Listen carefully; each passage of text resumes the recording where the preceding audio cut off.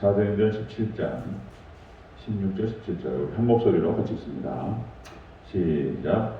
바울이 아덴에서 그들을 기다리다가 그 성에 우상이 가득한 것을 보고 마음에 격분하여 회당에서 유대인과 경건한 사람들과 또 장터에서는 날마다 만나는 사람들과 변론하니. 아멘. 네, 인사드렸습니다. 오직 예수님, 예수님의 은혜와 평강이 넘치시기를 축원합니다. 아멘.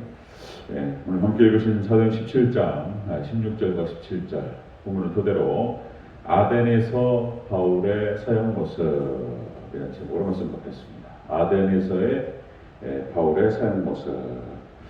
17장이 그런 거죠. 이제 그 데살로니가에서 데살로니가에 들어와서 회당에서 복음이 증거되기 시작했고, 그리고 이제 거기서 또 유대인의 방해로 인해서 열매가 있었지만 또 피해야 됐습니다. 베레아에서 또 똑같은 모습으로 회당에서 복음을 증거를 했습니다. 거기서는 큰 위로가 있었죠. 말씀을 잘 받고 구원받는 사람도 많았습니다.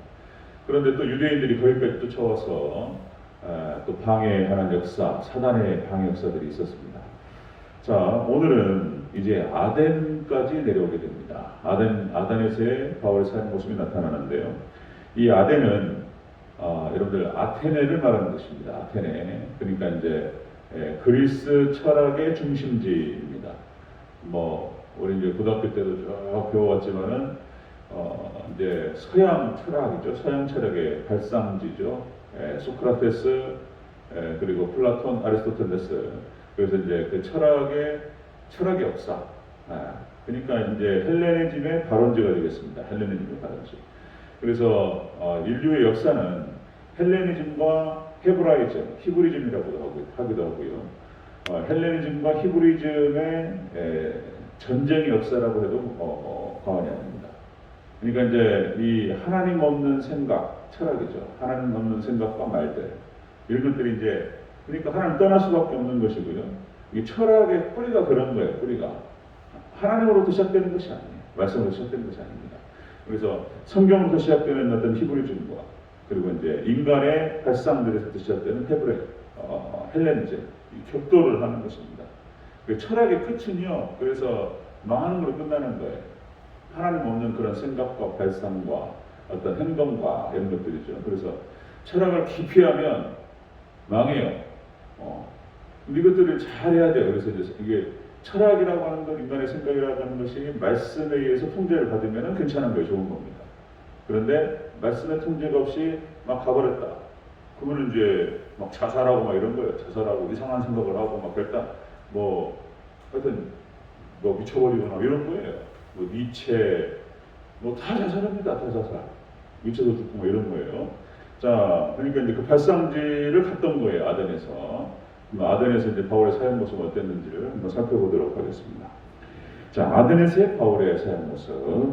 첫 번째로, 성에 우상이 가득한 것을 보고 마음에 격분했다. 이렇게 기록되고 있습니다.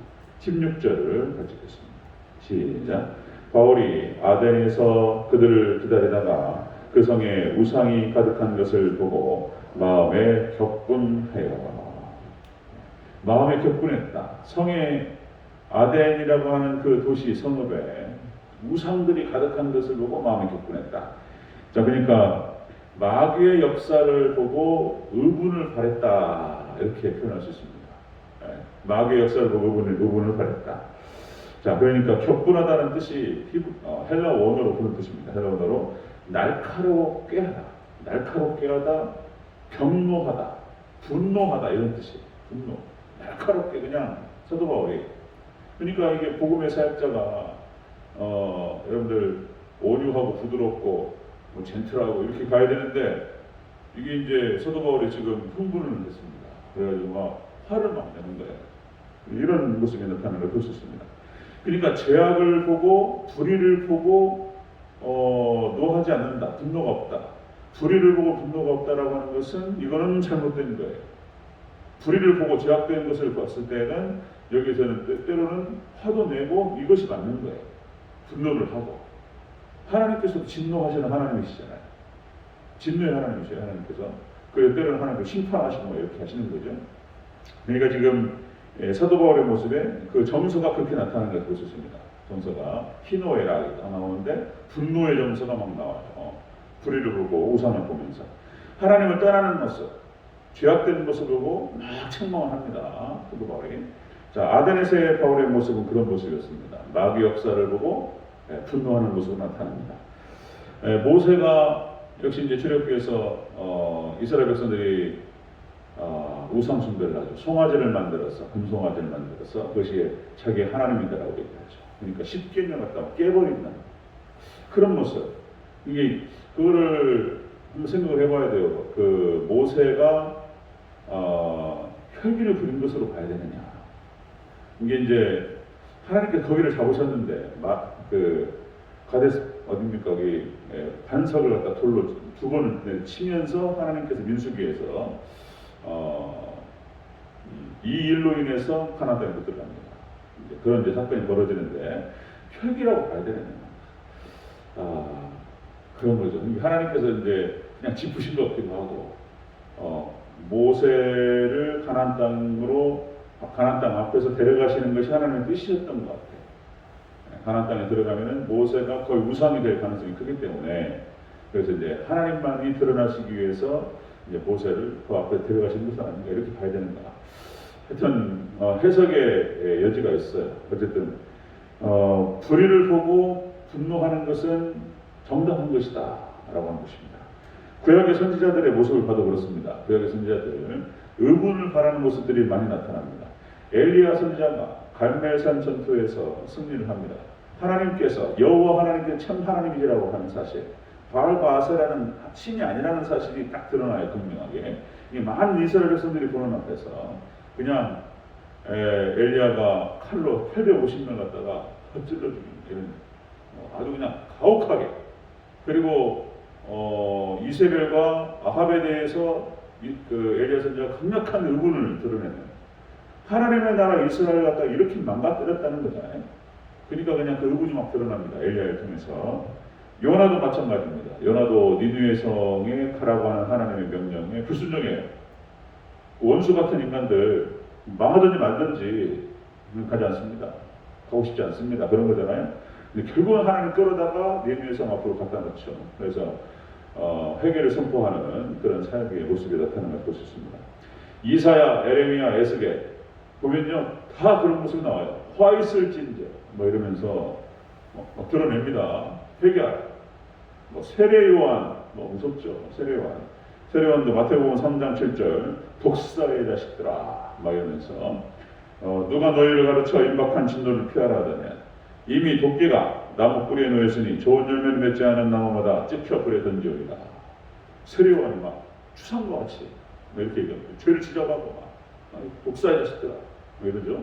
예수님도 그러신데 예수님도 그죠. 예수님도 화 있을진저 예수님의 의분. 마태복음 23장 전체가 예수님께서 화내시는 거예요. 화 있을진저 고라시나 벳세다야 뭐 이러면서 이 뱀들아 독사의 새끼들아 뭐 이렇게 예수님 막 욕하십니다. 이거 이제 뭐 개하고 비교하고 이거 없이 이 정도가 아니에요. 지금 이제 예수님께서 막 화가 나셔가지고 막 독사의 새끼들아 뭐 이렇게 말씀하셔요. 지금 오늘 본문에 나타나는 사도 바울도 마찬가지입니다. 강력한 의분이 드러나면서 하나님 외에 다른 우상들을 섬기고 있는 이런 아덴의 모습을 보면서 강력하게 죄를 지적하고 회개를 선포하는 것을 볼 수가 있습니다. 자, 아덴에서의 바울의 사역 모습은 이렇게 마귀 역사를 보고 의분을 드러냈다는 것입니다. 자, 두 번째 보겠습니다. 아덴에서 바울의 사역 모습 두 번째. 회당에서 만나는 사람들과 변론했다. 이렇게 됩니다. 17절 같이 읽겠습니다. 시작. 회당에서는 유대인과 경건한 사람들과 또 장터에서는 날마다 만나는 사람들과 변론하니. 아멘. 이렇게 회당에서 만나는 사람들, 길거리에서 만나는 사람들을 붙들고 변론하기 시작합니다. 변론했다라고 하는 뜻이 이게 열심을 다해서 말씀을 전했다 그런 뜻입니다. 열심을 다해서 말씀을 전했다. 이 변론하다는 말의 원어 뜻은 그런 겁니다. 이게 이제 설득하다는 뜻이 있어요. 설득하다. 이게 디알레고마이. 하여튼 이게 설득하다 그리고 토의하다 그런 뜻입니다. 자, 여러분들 이사야 하나님께서 이사야를 통해서 하신 말씀 중에서 변론이라는 말이 나오는데요. 자, 이사야서 1장 18절 여호와께서 말씀하시되 우리가 오라 우리가 서로 변론하자 너희 죄가 주홍같이 붉을지라도 흰눈같이 희어질 것이요 진홍같이 붉을지라도 양털같이 희게 되리라. 너희가 즐겨 순종하면 아름다운 땅에 아름다운 소산을 먹을 것이요 너희가 거절하여 배반하면 칼에 삼켜지리라. 여호와의 말씀이니라. 나와 변론하자. 이사야를 통해서 하나님께서 말씀하시는 거예요. 변론하자. 하나님께서 설득하시는 거예요. 이게 지금 맞냐? 하나님께서 신의 산에서 언약을 맺으시고 결혼식이에요, 결혼식. 정원 약혼식입니다, 약혼식. 부인이에요, 부인. 근데 그냥 바람 나버렸어요, 그냥. 고멜, 꼭 딱 그런 형국입니다. 그래서 쫓아가가지고 또 데리고 막 이런 거예요. 또 얘기하고 설득하고 이거 아니다. 이런 얘기예요. 계속 그런 얘기가 나옵니다. 자, 아덴에서의 바울의 모습도 마찬가지였습니다.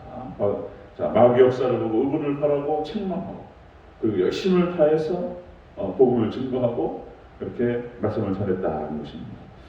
선지자적인 사명이 그런 겁니다. 선지자적인 사명이 모세도 그랬고 여호수아도 그랬고 그리고 사사시대의 사사들이 그랬고 그리고 뭐 구약의 선지자들 다 마찬가지입니다. 구약의 선지자들이. 자, 그래서 이들이 추상과 같이 살아있을 때에는 이스라엘 백성들이 하나님을 따르지 못했습니다. 뭐 모세, 뭐 여호수아 막 얘기하는 거죠. 막 선포하고. 그러니까 뭐 눈치 보느라고 뭐 딴짓은 못해요. 뭐 강력하죠. 뭐 세례 요한도 마찬가지였습니다. 회개를 선포하면서 말씀을 강력하게 전하죠. 뭐 예수님의 공생의 사역을 또 말씀드릴 필요가 없을 정도였죠. 열심을 다해서 목숨을 걸고 사도들의 사명도 마찬가지였고 스데반도 마찬가지였습니다. 안수 집사님으로서 강력하게 죄를 지적하고 너희가 바로 예수님 십자가를 꺾어 주겠다. 회개하라. 그런 얘기였어요. 그러니까 선지자적인 사명이 어렵죠.